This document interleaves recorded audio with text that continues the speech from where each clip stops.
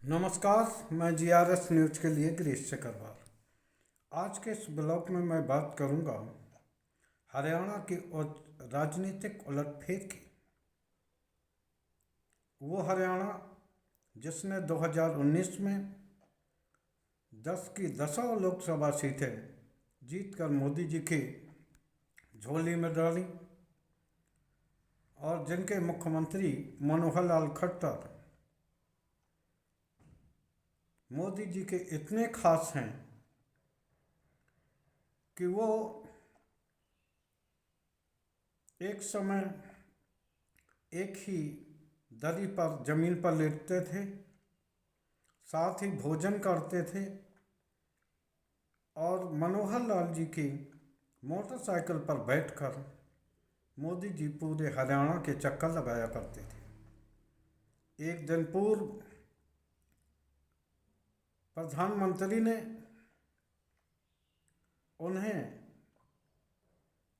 एक सार्वजनिक सभा में मनोहर लाल खट्टर सरकार की सराहना की थी और इस वाकये को बताया था। लेकिन क्या हुआ, 24 घंटे भी नहीं बीते और मनोहर लाल खट्टर को सत्ता से पैदल कर दिया गया। यहाँ ये सवाल उठता है, क्या हरियाणा में स्थिति इतनी विकट हो गई थी या अपने कुकर्मों को छिपाने के लिए प्रधानमंत्री ने अपने ही दोस्त मनोहर लाल की बलि ले ली। खैर, इस ब्लॉग को मैं विस्तृत करते हुए मैं अन्य राज्यों की भी बात करूंगा। हरियाणा में नायब सिंह सैनी, जो कि प्रदेश अध्यक्ष भारतीय जनता पार्टी के थे, उनको नया मुख्यमंत्री बना दिया गया है और कल ही मंत्रिमंडल ने शपथ भी ले ली है। क्या मनोहर लाल खट्टर प्रधानमंत्री मोदी के लिए बोझ बन गए थे? वो खट्टर जिन्होंने किसान आंदोलन को दबाने के लिए, पहलवान बेटियों के आंदोलन को दबाने के लिए तमाम तरह के जुल्म किए, यहाँ तक कि किसानों को लाठी से पीटा गया, सड़कों पर कीलें गाड़ी गईं, इस तरह की स्थिति निर्मित की गई जैसे कोई शत्रु देश आक्रमण करने आ रहा हो।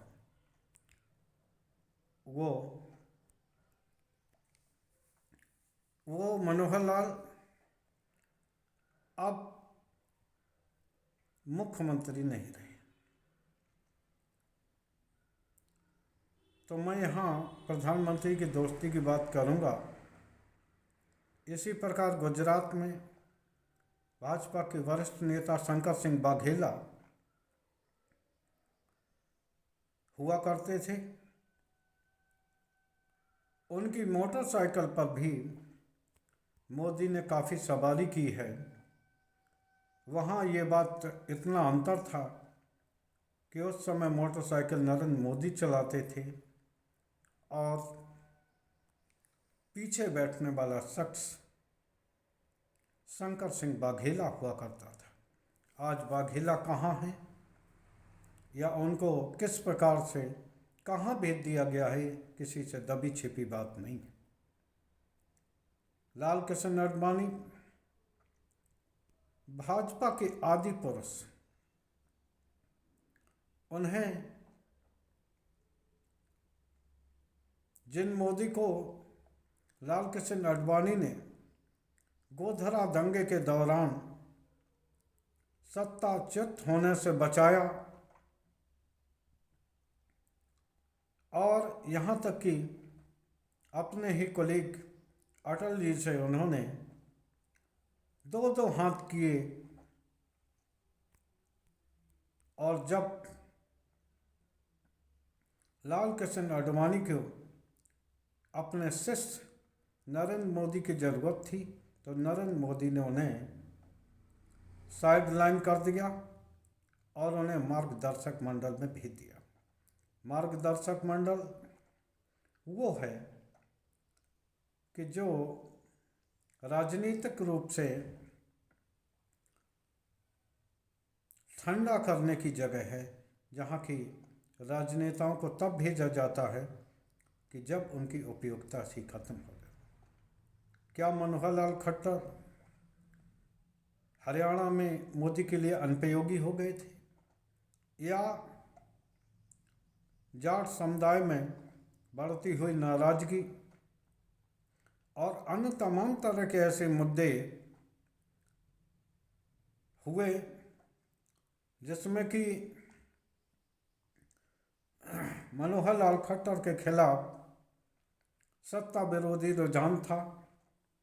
यहाँ ये प्रश्न उठता है कि जब मनोहर लाल खट्टर के खिलाफ 10 साल करीब में सत्ता विरोधी रुझान है, तो देश के प्रधानमंत्री में आखिर क्या सुरखाप के पर लगे हैं जो उन्हें सत्ता विरोधी रुझान के कारण खुद को प्रधानमंत्री के रेस से अलग नहीं कर लेना चाहिए। अगर आप किसी प्रदेश के मुख्यमंत्री को, चाहे वो शिवराज रहे हों, रमन सिंह रहे हों, वसुंधरा राजे रहे हों, अगर आप इन्हें एंटी इनकम्बेंसी के कारण इन्हें आप घर बिठाते हैं, इनकी राजनीतिक पृष्ठभूमि को खत्म कर देते हैं, तो क्यों ना आपको भी अपनी राजनीतिक महत्वाकांक्षा को त्यागते हुए अन्य किसी को प्रधानमंत्री के पद के लिए नहीं उतार देना चाहिए। इस ब्लॉग में मैंने आपको बताने का काम किया कि जिन लोगों ने नरेंद्र मोदी को आगे बढ़ाया, उनके मित्र रहे, जिनको प्रधानमंत्री मोदी ने भी खुद का मित्र बताया, और किस प्रकार उनकी बुरी गत कर दी गई है। यहाँ तक कि वो भारतीय जनता पार्टी में भी नहीं रह पाए। क्या मनोहर लाल खट्टर अब लोकसभा का चुनाव लड़ेंगे? जैसा कि संकेत दिया गया है कि उन्हें करनाल से चुनाव लड़ाया जाएगा। निश्चित तौर पर यह किसी दल विशेष की रणनीति हो सकती है, लेकिन वो रणनीति किस काम की? आखिर जो भी प्रदेश के मुख्यमंत्री रहे हों, चाहे शिवराज सिंह चौहान हों, उत्तर प्रदेश में योगी आदित्यनाथ हों, या हरियाणा के हाल में हटाए गए मनोहर लाल खट्टर, इन्होंने ऐसा क्या काम किया था? इन्होंने जो भी काम किए वो सभी काम प्रधानमंत्री मोदी की योजनाओं को आगे बढ़ाने के लिए किए।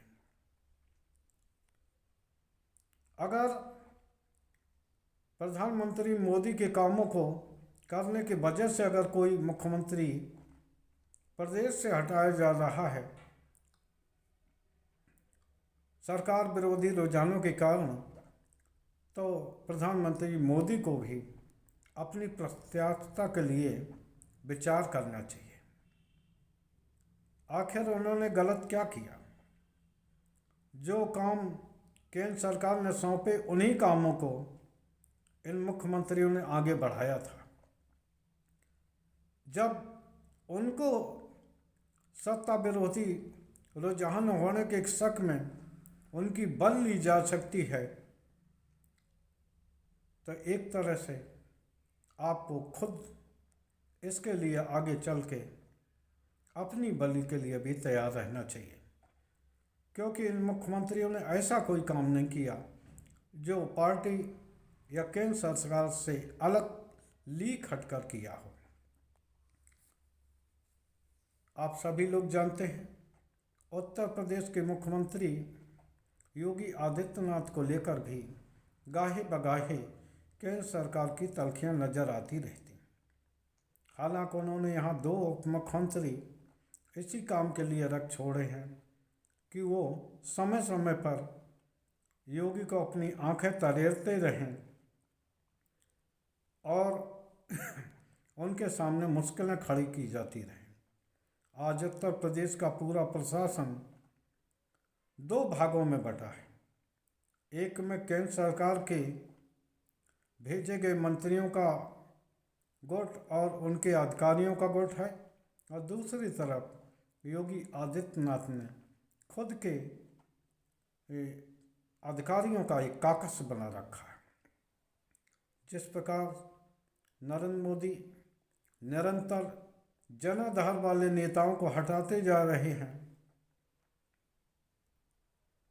तो उससे ये बात तय है कि उनका उद्देश्य अपने सामने किसी भी उभरते हुए नेता को पसंद न किया जाना है। शिवराज सिंह को आखिर क्यों हटाया गया? क्या शिवराज सिंह ने कुछ गलत किया था, या रमन सिंह जो कि 15 साल मुख्यमंत्री छत्तीसगढ़ के रह चुके थे, उनके कामों में कोई कमी थी, या राजस्थान की मुख्यमंत्री रही वसुंधरा राजे? आखिर आप जनाधार वाले नेताओं को हटाकर क्या साबित करना चाहते हैं? क्या आप उसी कांग्रेस के राह पर नहीं चल रहे हैं जो कांग्रेस कभी क्षेत्रीय छत्रपों को पनपने नहीं देती थी और उन्हें खुद ही अस्थिर करती रहती थी गुटबाजी के जरिए? आज उसी राह पर प्रधानमंत्री चलते हुए दिखाई दे रहे हैं। उत्तर प्रदेश का मामला हो, महाराष्ट्र का मामला हो, या अन्य प्रदेशों का मामला हो, जहाँ की अन्य कोई छत्रप हैं, तो वहाँ अपने दल के छत्रपों की बल ले ली गई, और जहाँ पर अपने ही दल की सरकार मजबूती से चल रही है, वहाँ उप मुख्यमंत्री के जरिए ऐसे काम कराए जा रहे, ऐसे बयान दिलवाए जा रहे हैं जो कि असहज स्थित है। बिहार में भी उनका उप मुख्यमंत्रियों के जरिए प्रधानमंत्री का खेला शुरू है। अब देखना यह है कि नीतीश कुमार किस स्थिति तक दबाव को सहन कर पाते हैं, या लोकसभा चुनाव के बाद वो अपनी रास्ता जुदा करेंगे।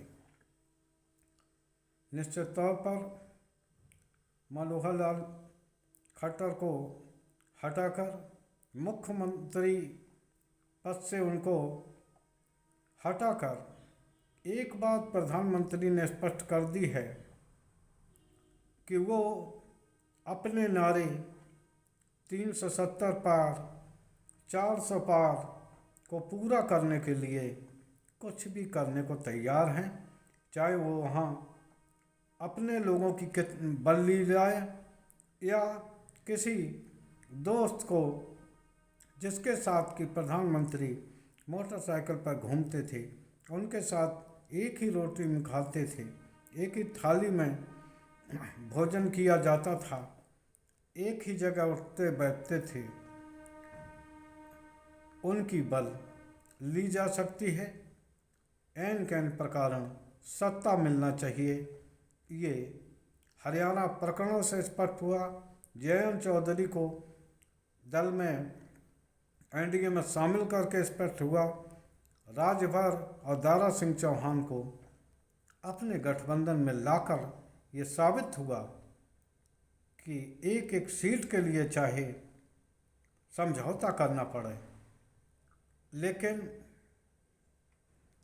प्रधानमंत्री की सीट चाहिए, किसी भी प्रकार चाहिए, चाहे उसके लिए अपने किसी करीबी की बल ही न लेनी पड़े।